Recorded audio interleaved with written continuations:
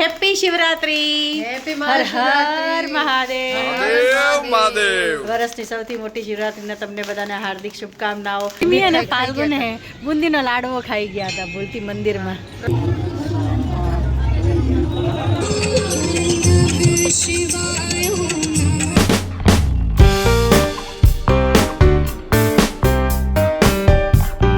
Hello family, કેમ છો?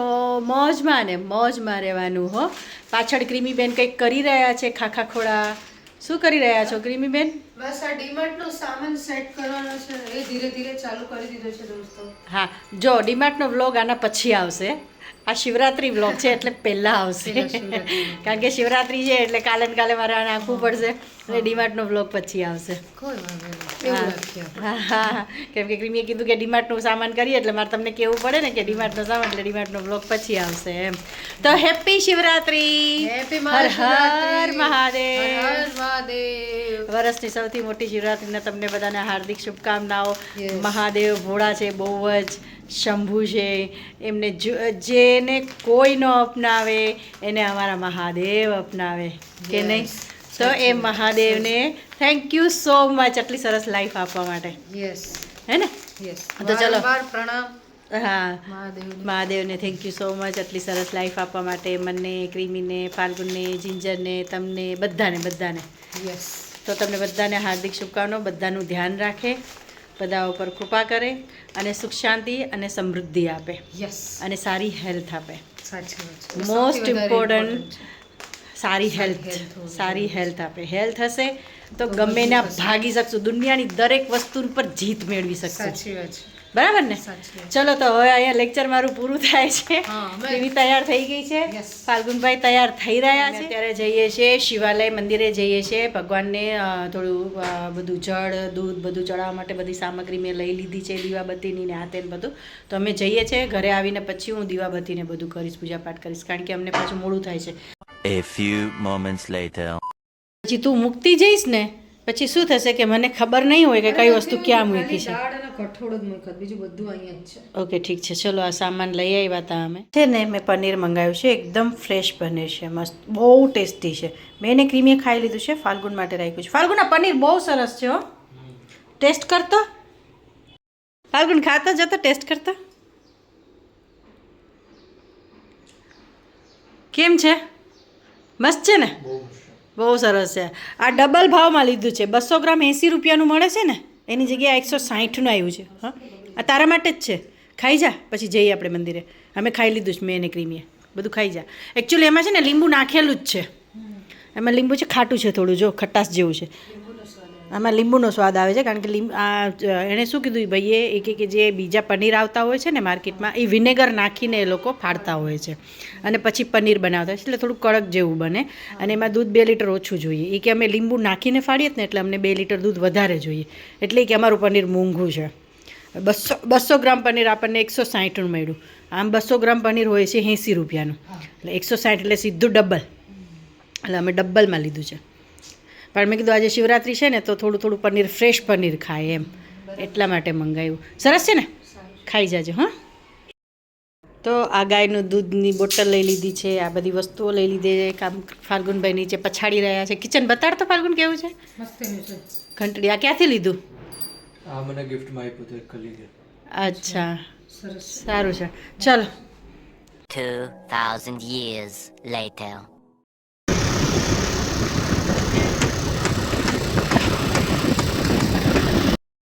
ફાલ્ગુન, આજે આ ચોકનું ઉદ્ઘાટન છે. અહીંથી પછી છે ને રેલી નીકળશે, બહુ મોટી રેલી નીકળવાની છે, બાઇક રેલી. અને પછી એ જશે વિશ્વકર્મા મંદિરે. જો અહીંયા કેટલી બધી ખુરશીઓ ને બધું ગોઠવું છે. મંદિરમાં ભીડ છે હો, લાઈન છે બહુ મોટી, લાઈન છે મોટી. ગયા વખતે આપણે બીજા મંદિરે ગયા હતા, ત્યાં લાઈન હતી જ. આજે તો હોય જ નહીં યાર. આ થોડું મોટું છે. કાર પાર્કિંગ આપવામાં આવી છે અને અહીંયા 2 વ્હીલર પાર્કિંગ આપવામાં આવી છે.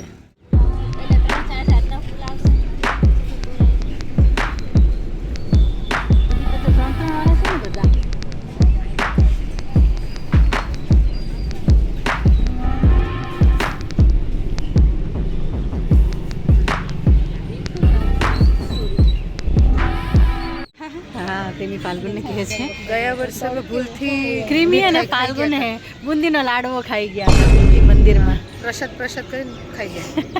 આ વખતે ધ્યાન રાખજો. ચરણામૃત હશે તે. હા, લાઈન બહુ મોટી છે જો.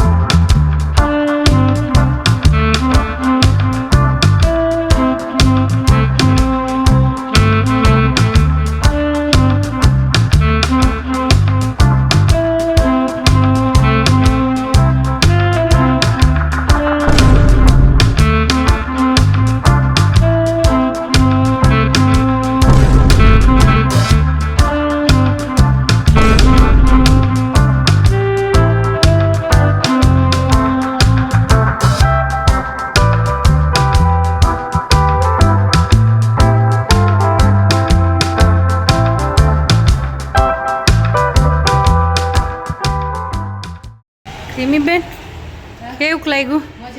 મજા આવી ગઈ ફાલ્ગુનભાઈ? સારું લાગ્યું. જોરદાર ને? કેવી સરસ વાઇબ આવે ને? તિલક દેખાય છે? દેખાય મને તો દેખાય છે. પણ એકદમ લાઇટ થઈ ગયું. તારું બી એકદમ લાઇટ થઈ ગયું છે.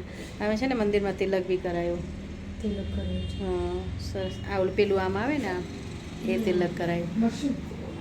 હવે અમે અત્યારે ફરાળની તૈયારી કરીએ છીએ. ફરાળ બનાવીએ છીએ. બટેટા બાફી નાખ્યા, સકરિયા બાફવા મૂકી દીધા છે, સાબુદાણા પલાળી દીધા છે અને રીલ ને બધું બનાવવાનું છે ક્રીમી આર્ટ એન્ડ ક્રિએશન્સ માટે. તો એ અમે તૈયારી કરી લીધી છે. એ કરી લઈને પછી આપણે ફરાળનું બધું પતાવી અને પછી આપણે સરસ મજાનું ખાઈ અને સુઈ. થોડી વાર શું નથી નવશક્તિમાં જવાનું. થાકી ગયા છે અમને, પણ ઢઢો જતો જ નથી. નથી જતો થોડી ને? વાર તમે આરામ કરી લેજો. હું તો સુઈશ પછી મને તો ઘેર જ ચડ્યા કરશે. નહીં, મને નીંદર નહીં આવે ને, પણ હું ખાલી લાંબો આમ કરીશ.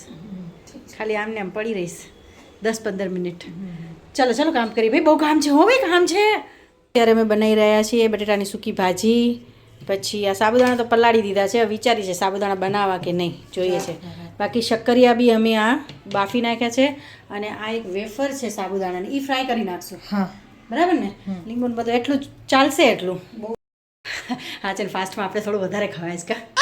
અમારે ફાસ્ટ હોય ત્યારે અમુકનો વધારે ખવાઈ પણ જાય એક છે. વસ્તુ તો છે, ખાસ કરીને એટલે અનાજ ખાવાની ઈચ્છા તો થાય. અત્યારે મને ખાવાની ઈચ્છા થાય છે. કેમ કે અમે એવું 11 કરી, automatic થાય છે.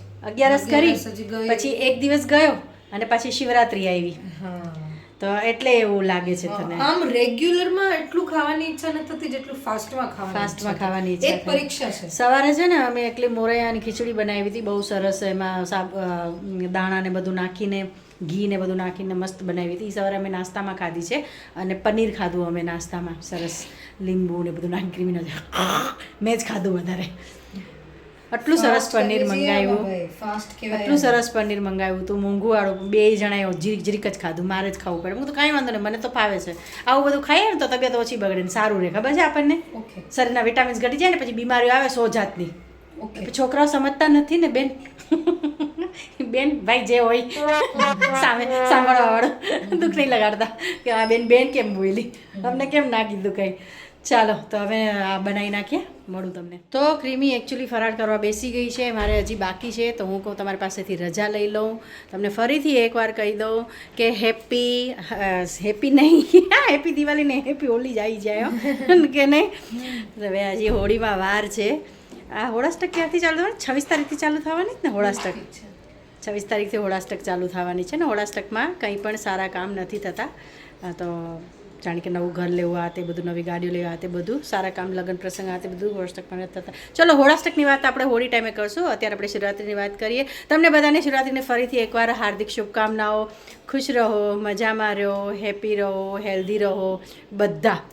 આખું બધા જે કંઈ પણ મારા બધા સબસ્ક્રાઈબર જે સબસ્ક્રાઈબ કરે છે એ પણ સબસ્ક્રાઈબ નથી કરતા, એ પણ જે વ્યૂ કરે છે એ પણ જે વ્યૂ નથી કરતા, એ પણ જે લાઈક કરે છે એ પણ જે લાઈક નથી કરતા, એ પણ બધા અમે પણ ને તમે પણ બટન કહા હે સ્ટોપનું બટન હમણાં આવી જશે તો હું તમારી પાસેથી રજા લઉં, મળું નેક્સ્ટ બ્લોગમાં. ચલો હું તમને મળું પાછી. જો સ્ટોપનું બટન આવી ગયું, સ્ટોપ બટન દબાવજો ટીક.